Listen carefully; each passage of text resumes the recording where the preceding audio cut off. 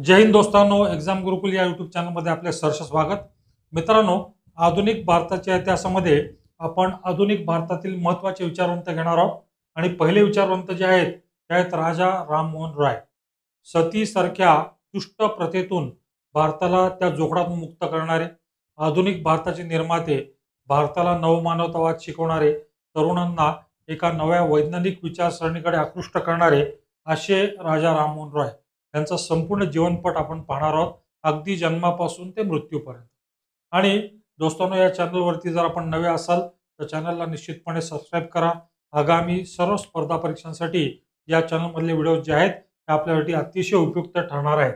तर दोस्तांनो, सर्वप्रथम आपल्याला पाहायचं आहे की राजा राममोहन रॉय यांचा जन्म केव्हा झाला. तर 22 मे 1772 यांचा जन्म झालेला आहे आणि निधन झालेलं आहे यांचं 27 सप्टेंबर 1833 ला. आता यांचा जन्म कुठे झालेला आहे तर सध्याच्या पश्चिम बंगालमधील राधानगर या ठिकाणी यांचा जन्म झालेला आपल्याला पाहायला मिळतो. ब्राह्मण कुटुंबात जन्मलेले, सुसंस्कृत कुटुंबात जन्मलेले, अतिशय उच्चाभ्रू कुटुंबात जन्मलेले असे राजा राममोहन रॉय. यांच्या वडिलांचं नाव जे होतं ते होतं रमाकांत रॉय आणि आईचं नाव जे होतं ते होतं तारिणी देवी. प्रतिष्ठित शाळांमध्ये शिक्षण झालं, चांगल्या चांगल्या शहरांमध्ये शिक्षण झालं. त्या अनुषंगाने राजा राममोहन रॉय हे भाषाप्रभू झाले. त्यांना अनेक भाषा आत्मसात होत्या. त्यापैकी कोणकोणत्या महत्त्वाच्या भाषा आहेत तर संस्कृत, नंतर पर्शियन आणि अरेबिक या भाषा ते शिकले कुठं तर पटण्याला. इंग्रजी भाषेवरती त्यांचा पगडा होता. त्याचप्रमाणे 2 युरोपियन भाषात पहा दोस्तांनो, लॅटिन आणि ग्रीक या दोन्ही भाषांवरती सुद्धा यांची अतिशय महत्त्वपूर्ण अशी पकड होती. आता यांच्यावरती प्रभाव कोणाचा होता तर आपल्या प्राचीन काळातली जी काही उपनिषद आहेत त्यांचा प्रभाव यांच्यावरती पडला होता.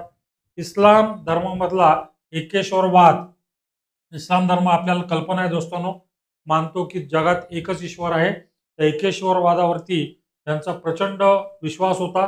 त्यामुळेच मुस्लिम धर्मातील एकेश्वरवादाचा यांच्यावरती प्रभाव पडला होता. आणि ख्रिस्ती धर्मातील मानवतावादाचा सुद्धा यांच्यावरती प्रभाव पडला होता, ज्याला आपण ह्युमॅनिझम असं म्हणतो.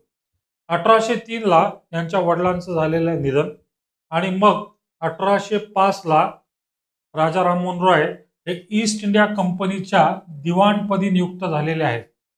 अनेक वर्ष नोकरी केल्यानंतर 1814 ला यांनी आपल्या नोकरीचा देऊन टाकलेला आहे राजीनामा. आणि नंतरचं संपूर्ण जीवन जे आहे ते समाजकार्यासाठी यांनी व्यतीत करण्याचा निर्णय घेतला आणि तो शब्द त्यांनी पाळला सुद्धा. मग त्या अनुषंगाने 1815 ला त्यांनी आत्मीय सभा नावाची एक संस्था जी आहे ती स्थापन केलेली आहे. दोस्तोंनो, आपल्याला साल लक्षात ठेवायचे 1815. आणि 1817 ला डेव्हिड हेअर यांच्या सहकार्याने हिंदू कॉलेजच्या स्थापनेत सुद्धा राजा राममोहन रॉय यांचा सहभाग होता. तर पाश्चात्य शिक्षण भारतात आणण्याच्या दृष्टिकोनातून सुद्धा यांनी प्रयत्न केलेले होते.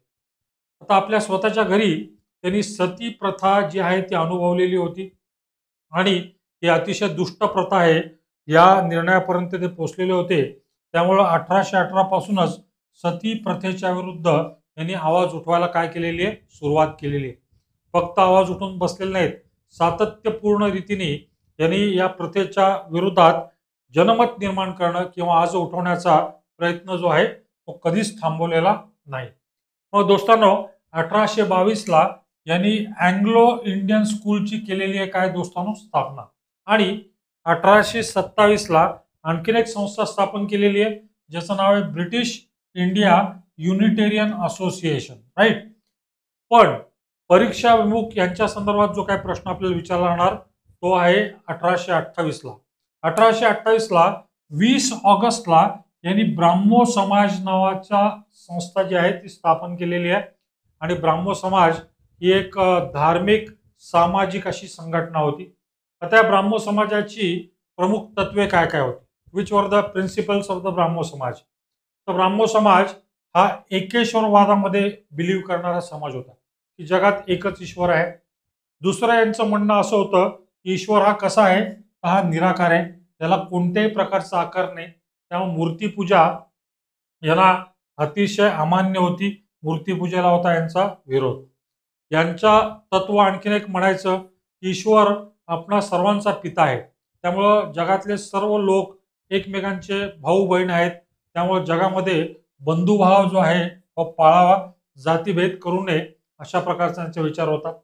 नंतर प्रेम, परोपकार व सेवा हाच धर्माचा खरा आधार आहे, असं यांचं म्हणणं होतं. आणि अंधश्रद्धेला बळी पडू नका, असा सुद्धा संदेश जो आहे तो ब्राह्मो समाजाने दिलेला आहे.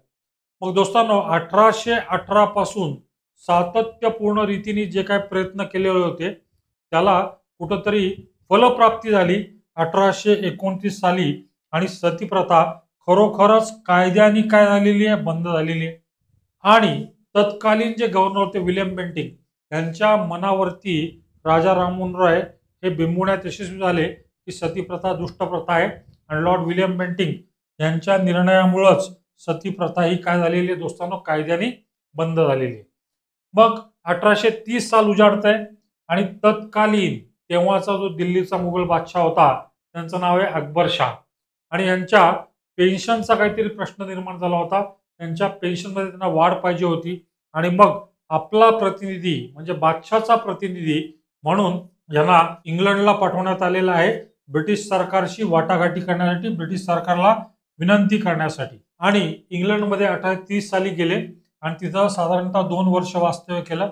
या 2 वर्षाच्या वास्तव्यामध्ये त्यांनी हाऊस ऑफ कॉमन्स म्हणजे मित्रांनो, इंग्लंडच्या पार्लिमेंटचे किंवा संसदेचे 2 सभागृह आहेत. एक आहे हाऊस ऑफ कॉमन्स आणि दुसरा आहे House of Lords. House of Commons म्हणजे आपलं लोकसभा, हाऊस ऑफ लॉर्ड्स म्हणजे आपलं राज्यसभा. हाऊस ऑफ कॉमन्स जे अतिशय महत्वाचं सभागृह आहे, त्याच्या सिलेक्ट कमिटी पुढे राजा राममोहन यांनी साक्ष दिलेली होती. आणि 2 वर्षाच्या वास्तव्यानंतर राजा राममोहन यांचं निधन जे झालेलं आहे 1833 सालीच कोणत्या ठिकाणी झालेलं आहे, इंग्लंडमधील ब्रिस्टॉल या ठिकाणी यांचं निधन झालेलं आहे. तर दोस्तांनो, हा झाला यांच्या जीवनाचा घटनाक्रम. आता कोणकोणत्या टोपण नावानी राजा राममोहन रॉय ओळखले जातात, तर सर्वात पहिले आपल्याला लक्षात ठेवायचं आहे, भारतीय पुनरुज्जीवनवादाचे जनक, फादर ऑफ इंडियन रेनायसन्स असं यांना संबोधलं होतं. आधुनिक भारताचे निर्माते किंवा आद्य समाजसुधारक, भारतातले पहिले समाजसुधारक कोण, तर आपल्याला उल्लेख करावा लागेल राजा राममोहन रॉय यांच्या नावाचा. तर राजा राममोहन रॉयनी काही वृत्तपत्रे पण सुरू केली होती. त्यापैकी परीक्षाभिमुख जे प्रश्न विचारला जातो ते कोणतं वृत्तपत्र आहे, ते आहे संवाद कौमुदी. 1821 साली संवाद कौमुदी नावाचं एक वृत्तपत्र काढलं होतं. आणि त्याच प्रकारे फारसी भाषेमध्ये मिरात उल अखबार, अखबार हा जो शब्द आहे हा फारसी भाषेतून आलेला आहे, आणि 1822ला मिरातुल अखबार नावाचं वृत्तपत्र यांनी सुरू केलेलं होतं. यांचा बालविवाह बहुपत्नीत्ववादाला प्रचंड मोठ्या प्रमाणात विरोध होता, मात्र यांनी महिला शिक्षणाला दिला होता काय, पाठिंबा. आपल्या हयातीत यांनी अनेक ग्रंथाचं लिखाण केलेलं आहे, पण परीक्षेमध्ये साधारणतः 2च ग्रंथ आलेले मला पाहायला मिळाले. तर कोणते कोणते 2 ग्रंथ आहेत, तर पहिला जो ग्रंथ आहे तो गिफ्ट टू मोनोथिस्ट्स, आणि दुसरा जो ग्रंथ आहे द परसेप्ट्स ऑफ जीसस. मी तुम्हाला बोललेलो आहे यांच्या जीवनावरती येशू ख्रिस्ताचा किंवा ख्रिश्चन धर्माचा किंवा ख्रिश्चन धर्मामधील मानवतावादाचा यांच्यावरती पगडा होता, त्या अनुषंगाने लिहिलेलं हे महत्वपूर्ण पुस्तक आहे. तर दोस्तांनो, ही झाली सर्व महत्वपूर्ण माहिती, परीक्षात्मक माहिती राजा राममोहन रॉय यांच्या संदर्भात. आपल्याला जर व्हिडिओ आवडला असेल तर निश्चितपणे दोस्तांनो लाईक करावा, शेअर पण करावा, आणि सबस्क्राईब पण करावा. धन्यवाद दोस्तांनो.